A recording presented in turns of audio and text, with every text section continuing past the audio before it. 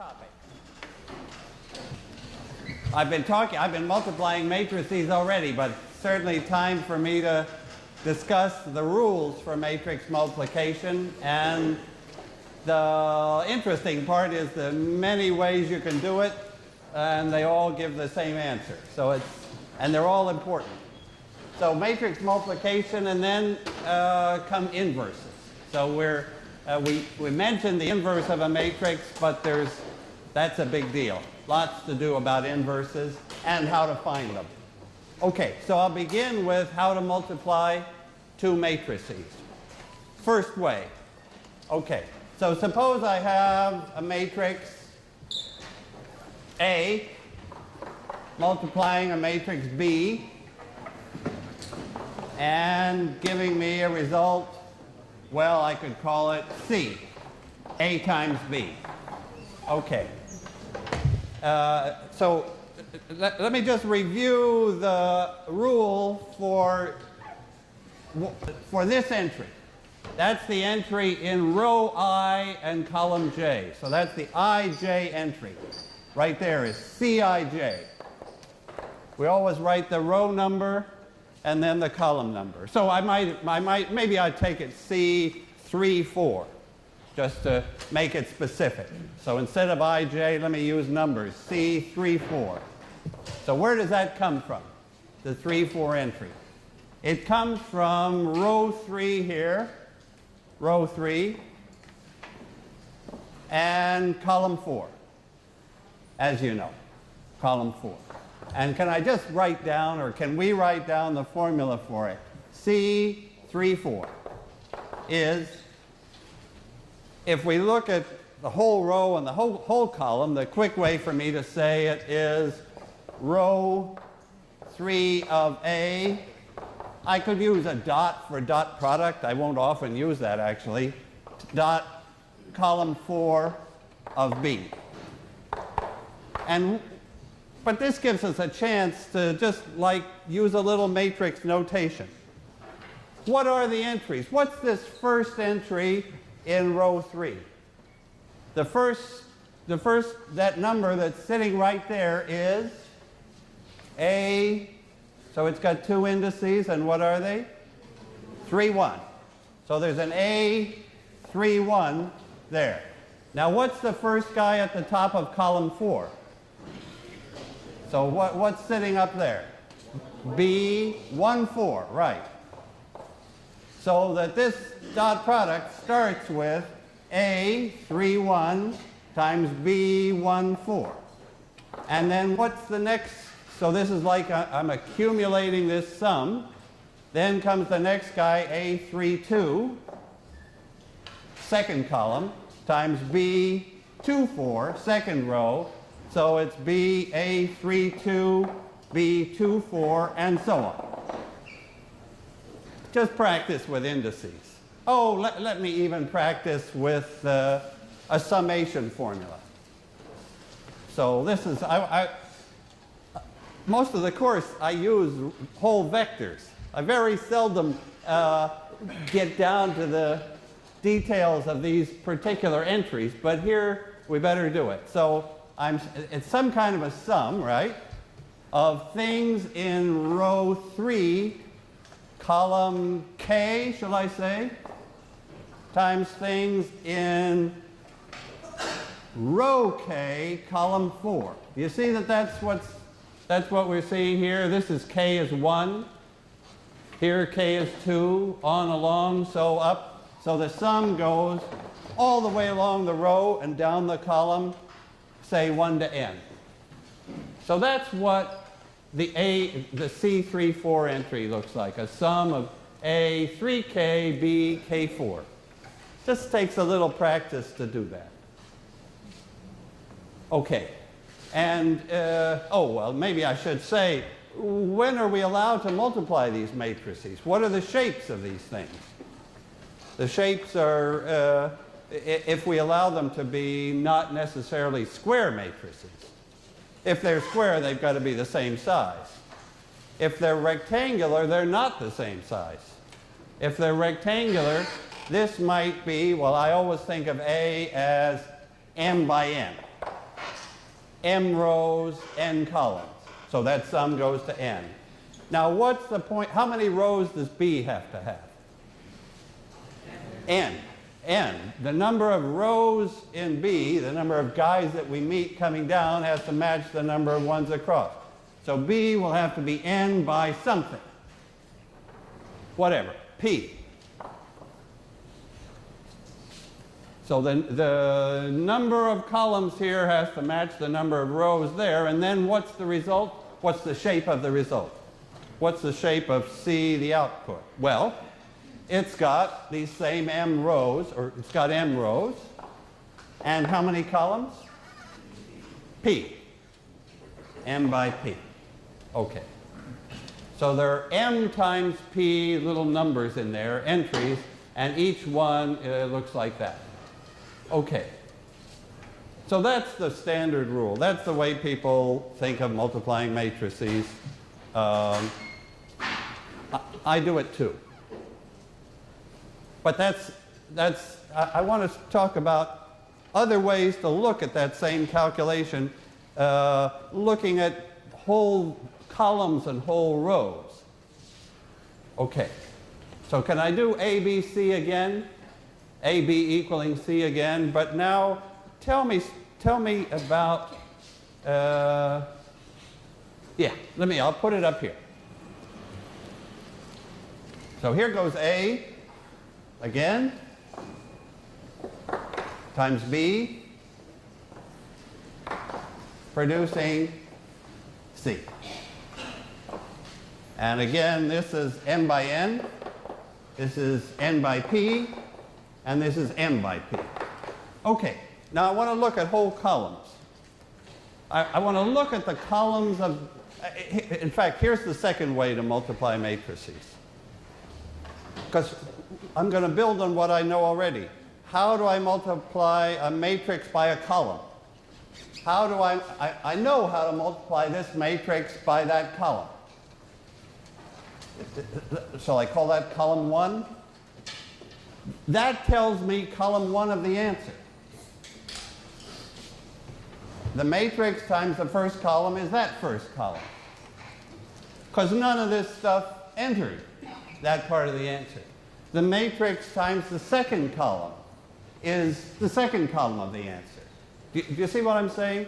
That I could think of multiplying a matrix by a vector, which I already knew how to do, and I can think of the vector, I can think of just P columns sitting side by side, just like resting next to each other. And I multiply A times each one of those, and I get the P columns of the answer. Do you see, this is quite nice. To be able to think, okay, matrix multiplication works so that I could just think of having several columns, multiplying by A, and getting the columns of the answer. So, like, here's column 1. Shall I call that, shall I call that column 1? And what's going in there is A times column 1.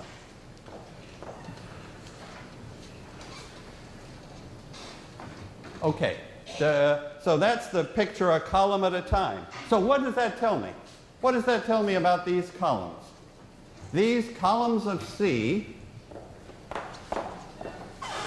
are combinations, because we've seen that before, of columns of A. Every one of these comes from A times this. And A times a vector is a combination of the columns of A.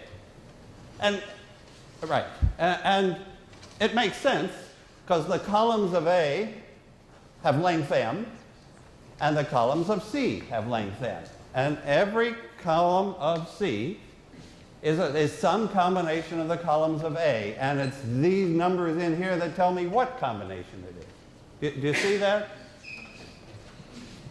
That in that answer C, I'm seeing stuff that's combinations of these columns. Now, suppose I look at it, that's two ways now. the third way is look at it by rows. So now let me change to rows. Okay, so now I can think of a row of A multiplying all these rows here and producing a row of the product. So this row takes a combination of these rows, and that's the answer. So these rows of C are combinations of what? Tell me how to finish that. The rows of C, when I have a matrix B, it's got its rows, and I multiply by A. And what does that do? It mixes the rows up. It creates combinations of the rows of B. Thanks. Rows of B. That's what I wanted to see. That this answer, I can see where the pieces are coming from. The rows in the answer are coming as combinations of these rows. The columns in the answer are coming as combinations of those columns. And now so that's three ways. Now you can say, okay, what's the fourth way? The fourth way, so now we've got like the regular way, the column way, the row way, and what's left?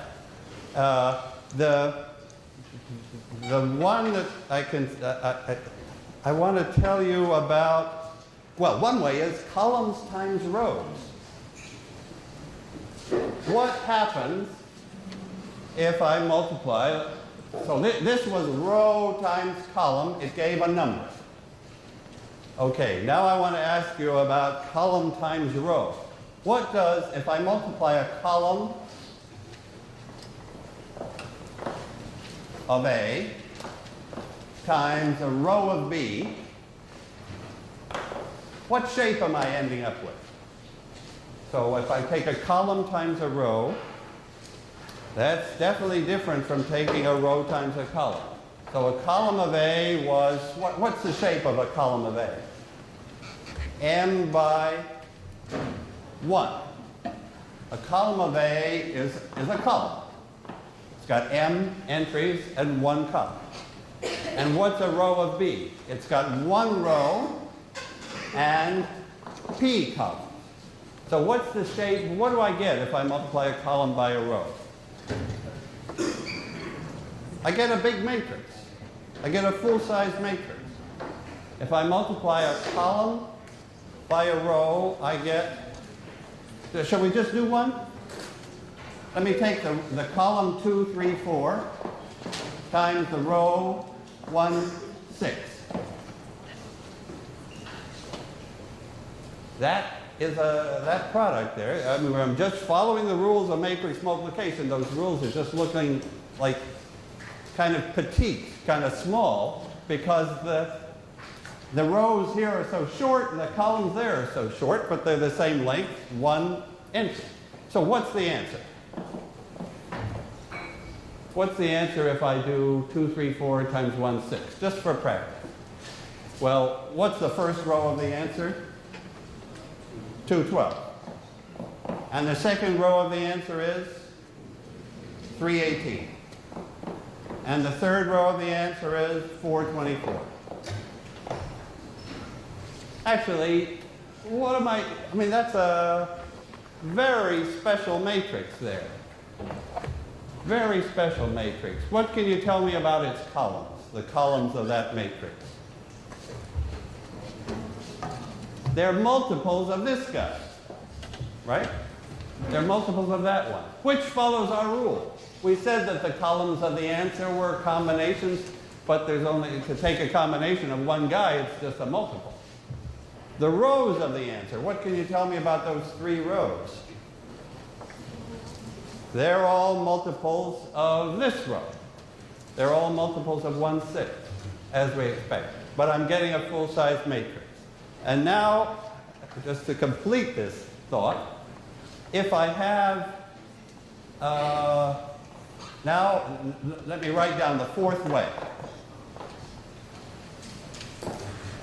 AB is a sum of columns of A times rows of B. So that, for example, if my matrix was 2, 3, 4, and then had another column, say 7, 8, 9, and my matrix here has, say, started with 1, 6, and then had another column like 0, 0, then here's the fourth way. Okay? I've got 2 columns there, I've got 2 rows there. So the beautiful rule is, seeing the whole thing by columns and rows, is that I can take the first column times the first row and add the second column times the second row.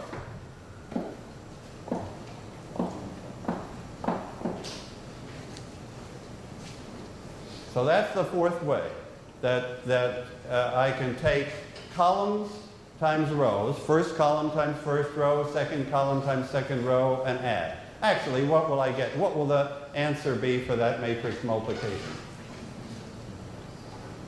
Well, this one is just going to give a 0, so in fact, I'm back to this. That's the answer for that matrix multiplication. I'm sort of like happy to put up here these facts about matrix multiplication because it gives me a chance to write down special matrices like this. This is a special matrix. All those rows lie on the same line. All those rows lie on the line through 1, 6. If I draw a picture of all these row vectors, they're all the same direction. If I draw a picture of these 2 column vectors, they're in the same direction. Later, I would use this language. Not too much later either. I would say the row space, which is like all the combinations of the rows, is just a line for this matrix. The row space is the line through the vector 1, 6. All the rows lie on that line. And the column space is also a line. All the columns lie on the line through the vector 2, 3, 4. So this is like a really minimal matrix. And it's because of these ones. Okay, so that's the third way. Now, even, will you take, this is, I want to say one more thing about matrix multiplication while we're on the subject. And it's this. You could also cut the matrix into blocks and do the multiplication by blocks. Yeah, that's actually so useful that I want to mention it. Block multiplication. So I could take my matrix A and I could chop it up, like maybe just for simplicity, let me chop it into 4 square blocks. Suppose it's square. Let's just take a nice case. And B, suppose it's square also. Same size. So these sizes don't have to be the same. What they have to do is match properly. Here they certainly will match. So here's the rule for block multiplication. That if this has blocks like A, so maybe A1, A2, A3, A4 are the blocks here. And these blocks are B1, B2, B3, and B4. Then the answer, I can find block. I can find that block. And if you tell me what's in that block, then I'm going to be quiet about matrix multiplication for the rest of the day. What goes into that block? You see, these matrices might be like 20 by 20 with blocks that are 10 by 10 to take the easy case where all the blocks are the same shape. And the point is that I could multiply those by blocks. And what goes in here? What's that block in the answer? A1, B1. That's a matrix times a matrix. It's the right size, 10 by 10. And any more? Plus, what else goes in there? A2, B3, right? It's just like block rows times block columns. Nobody, I think, not even Gauss, could see instantly that it works. But somehow, if we check it through, all 5 ways we're doing the same multiplications. So this familiar multiplication is what we're really doing when we do it by columns, by rows, by columns times rows, and by blocks. Okay, I just have to get the rules straight for matrix multiplication. Okay.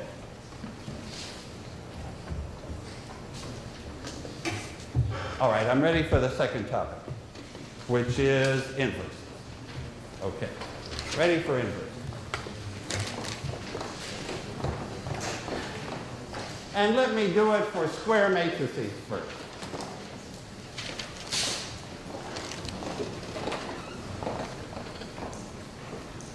Okay, so I've got a square matrix A.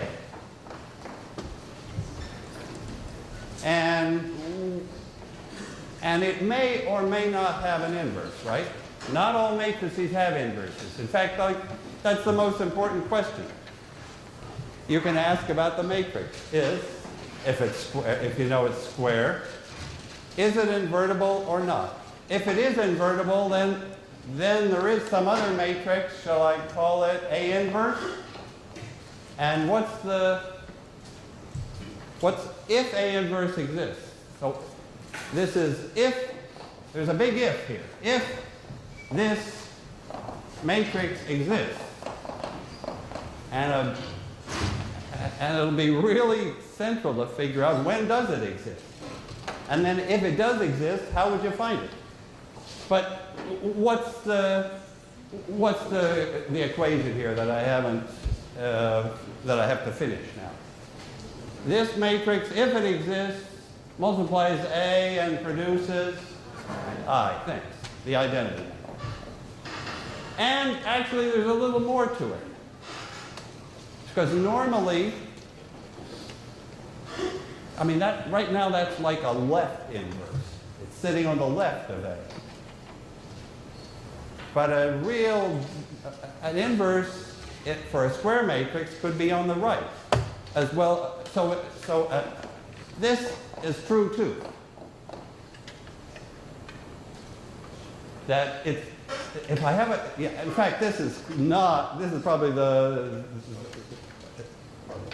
something that's not easy to prove, but it works. That for square matrices, a left inverse is also a right inverse. If I can find a matrix on the left that gets the identity, then also that matrix on the right will produce that identity. For rectangular matrices, we'll see a left inverse that isn't a right inverse. In fact, the shapes wouldn't allow it. But for square matrices, the shapes allow it, and it happens. If A has an inverse. Okay, so give me some cases. Let's see, I hate to be negative here, but let's talk about the case with no inverse. So these matrices are called invertible or non-singular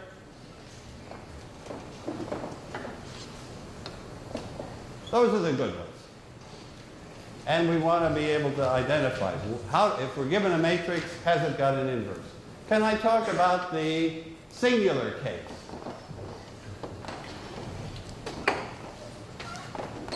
No inverse. All right. Best to start with an example. Tell me an example. Let's get an example up here. Let's make it 2 by 2. of a matrix that has not got an inverse. And let's see why. Let me write one up. No inverse. Let's see why. Let me write up 1, 3, 2, 6.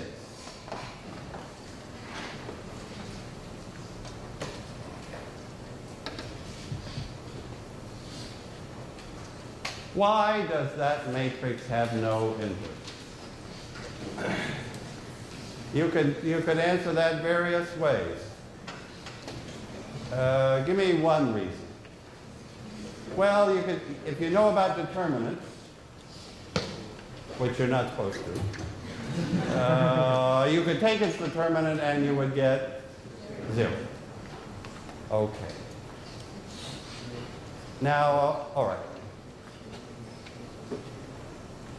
Let me ask you other reasons. Let me ask for other reasons that that matrix isn't invertible. Here, I could use what I'm saying here. Suppose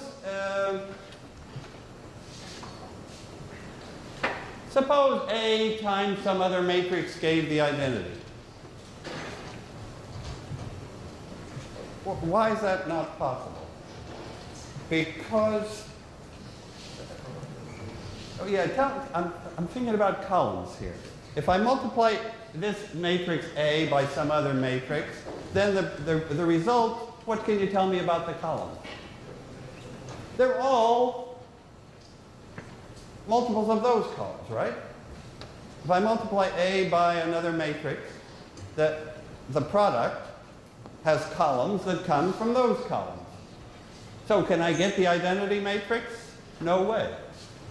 The columns of the identity matrix, like 1, 0, it's not a combination of those columns, because those two columns both lie on the same line.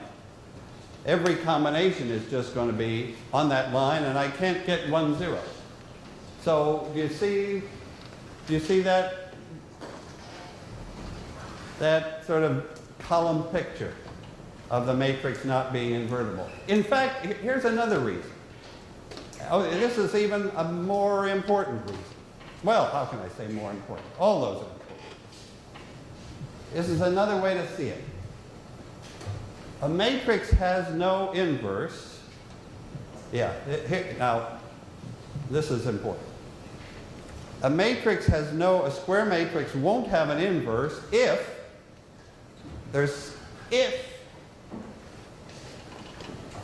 no inverse, because I can find an x, a vector x, with A times x giving 0. This is the reason I like best. That matrix won't have an inverse. Well, let me change I to U. So tell me a vector x that solves AX equals 0. I mean, this is like the key equation. In mathematics, all the key equations have 0 on the right-hand side. So what's the x? Tell me an x here. So now I'm going to slip in the x that you tell me, and I'm going to get 0. What x would do that job? 3 and negative 1? Is that the one you picked, or? Yeah. Or another. Well, if you pick 0 and 0, I'm not so excited, right? Because that would always work. So it's really the fact that this vector isn't 0 is important. It's a non-zero vector, and 3, negative 1 would do it. That just says 3 of this column minus 1 of that column is the 0 column. Okay.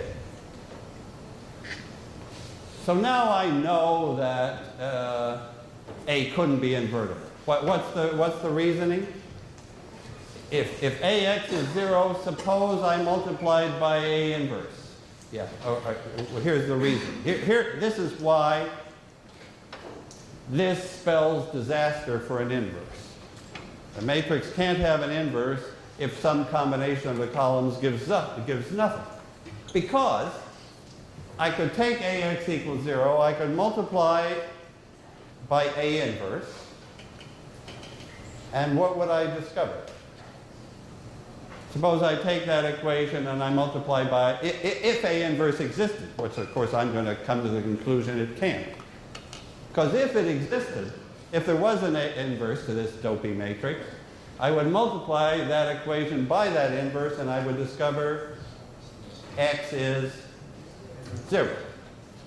If I multiply A by A inverse on the left, I get X. If I multiply by A inverse on the right, I get 0. So I would discover X was 0. But X is not 0. This guy wasn't 0. There it is. 3 minus 1. So, conclusion. Only it take us some time to really work with that conclusion. Our conclusion will be that non-invertible matrices, singular matrices, some combination of their columns gives the 0 column. They take some vector x into 0, and there's no way A inverse can recover it. Right? That's what this equation says. This equation says I take this vector x, and multiplying by A gives 0.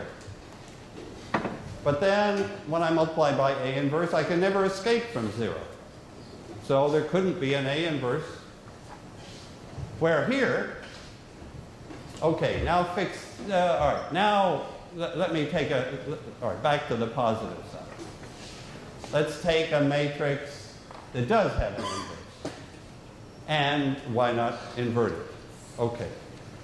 So let me take, on this third board, a matrix. Shall I fix that up a little? Tell me a matrix that has got an inverse. Well, let me say 1, 3, 2. What shall I put there?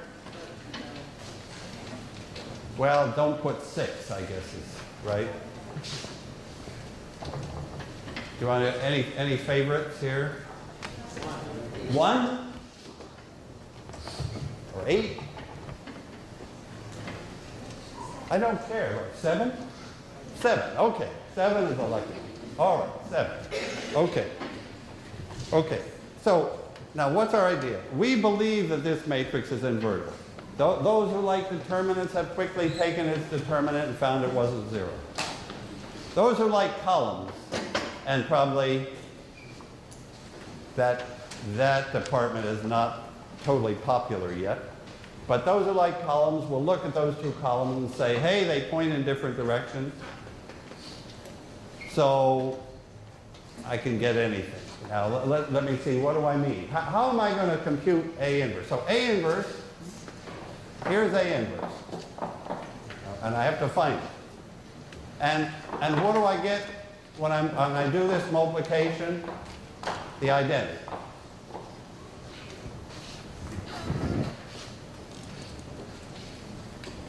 You know, forgive me for taking 2 by 2s, but it's good to keep the computations manageable and let the ideas come out.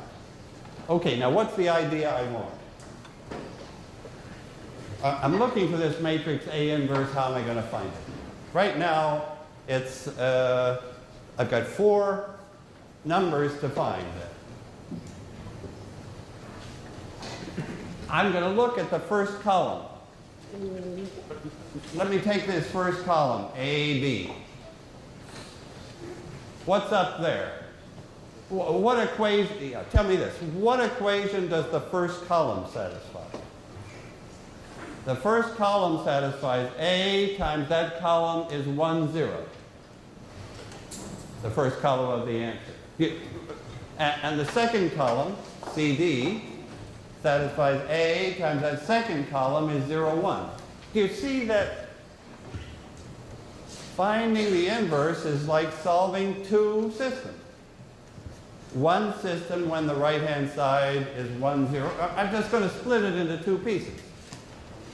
I don't even need to rewrite it. I can take A times, so let me put it here. A times column J of A inverse is column J of the identity. I've got n equations. I've got, well, 2 in this case. And they have the same matrix A, but they have different right-hand sides. The right-hand sides are just the columns of the identity, this guy and this guy. And these are the 2 solutions. Do you see what I'm doing? I'm looking at that equation by columns. I'm looking at A times this column, giving that guy, and A times that column, giving that guy. So essentially, so this is like the Gauss. We're back to Gauss. We're back to solving systems of equations, but we've got 2 right-hand sides instead of 1.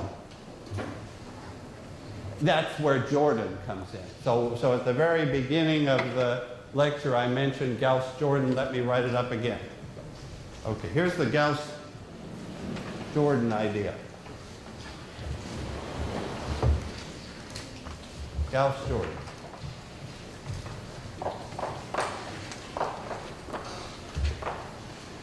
Is solve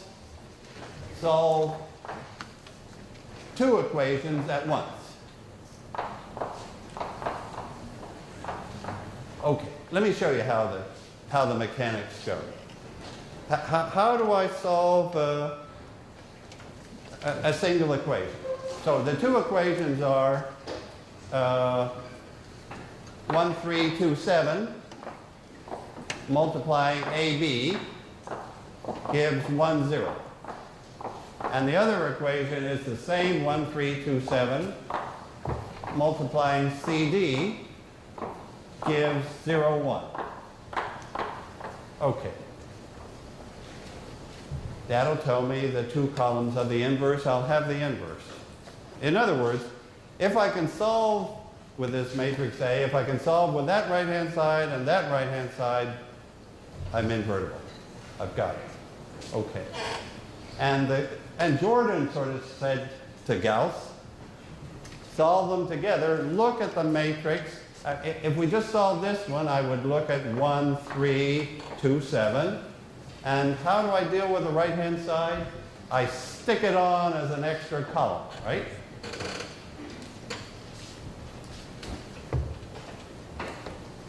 You remember that's this augmented matrix. That's the matrix when I'm watching the right-hand side at the same time, doing the same thing to the right side that I do to the left. So I just carry it along as an extra column. Now I'm going to carry along 2 extra columns.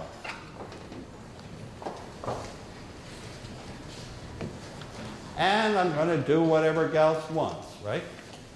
I'm going to do elimination. I'm going to get this to be simple, and this thing will turn into the inverse. This is what's coming. I'm going to do elimination steps to make this into the identity, and lo and behold, the inverse will show up here. Okay, let's do it. Okay, so what are the elimination steps? So you see that here's my matrix A, and here's the identity, like stuck on, augmented on. I'm sorry, Yeah. the switches, were you supposed to be switched? Did I? Oh, no, they weren't supposed to be switched. Sorry, thanks. Okay, thank you very much.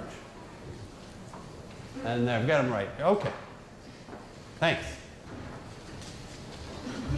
Okay, so let's do elimination. All right, it's going to be simple, right? So I take 2 of this row away from this row.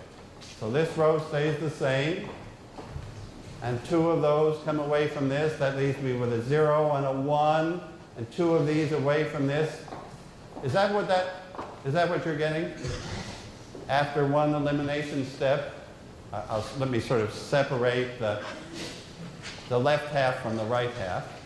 So 2 of that first row got subtracted from the second row. Now this is in upper triangular form. Gauss would quit, but Jordan says keep going. Use elimination upwards. Subtract a multiple of equation 2 from equation 1 to get rid of the 3. So let's go the whole way. So now I'm going to, this guy is fine. But I'm going to, what do I do now? What's my final step that produces the inverse? I multiply this by the right number to get up to there, to remove that 3. So I guess since this is a 1, there's the pivot sitting there. I multiply it by 3 and subtract from that. So what do I get? I'll have 1, 0. Oh, yeah, that was my whole point. I'll multiply this by 3 and subtract from that, which will give me 7. And I multiply this by 3 and subtract from that, which gives me a minus 3.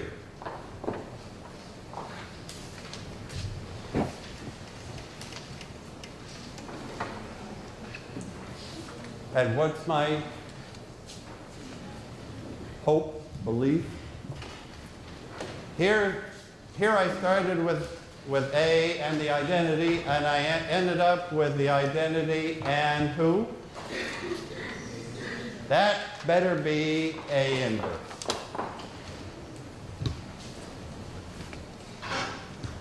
That's the Gauss-Jordan idea. Start with this long matrix, double length AI. Eliminate until this part is down to I. Then this one must be, for some reason, and we got to find the reason, must be A inverse. Shall I just check that it works?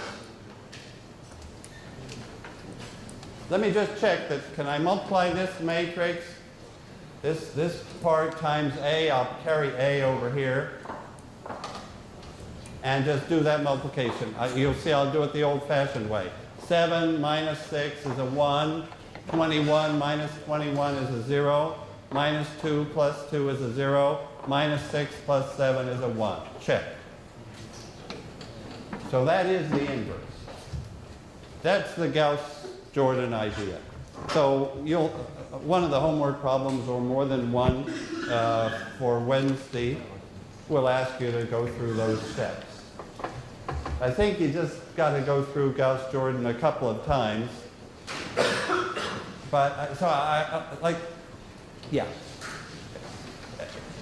just to see the mechanics. But the important thing is what happened? Why did we get A inverse there? Let me ask you that.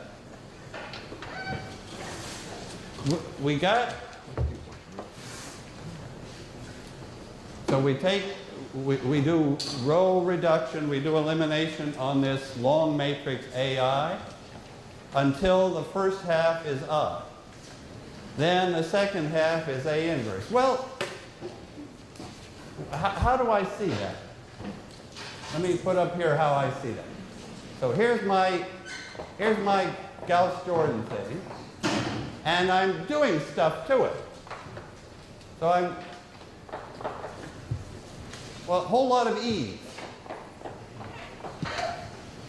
Remember, those are those elimination matrices. Those are the things that we figured out last time. Yes, that's what an elimination step is. It's in matrix form. I'm multiplying by some E's. And the result, well, so I'm multiplying by a whole bunch of E's. So I get can I call the overall matrix E? That's the elimination matrix, the product of all those little pieces. What do I mean by little pieces? Well, there was an elimination matrix that subtracted 2 of that away from that. Then there was an elimination matrix that subtracted 3 of that away from that. I guess in this case that was all. So there were just 2 E's in this case. One that did this step and one that did this step, and together they give me an E that does both steps.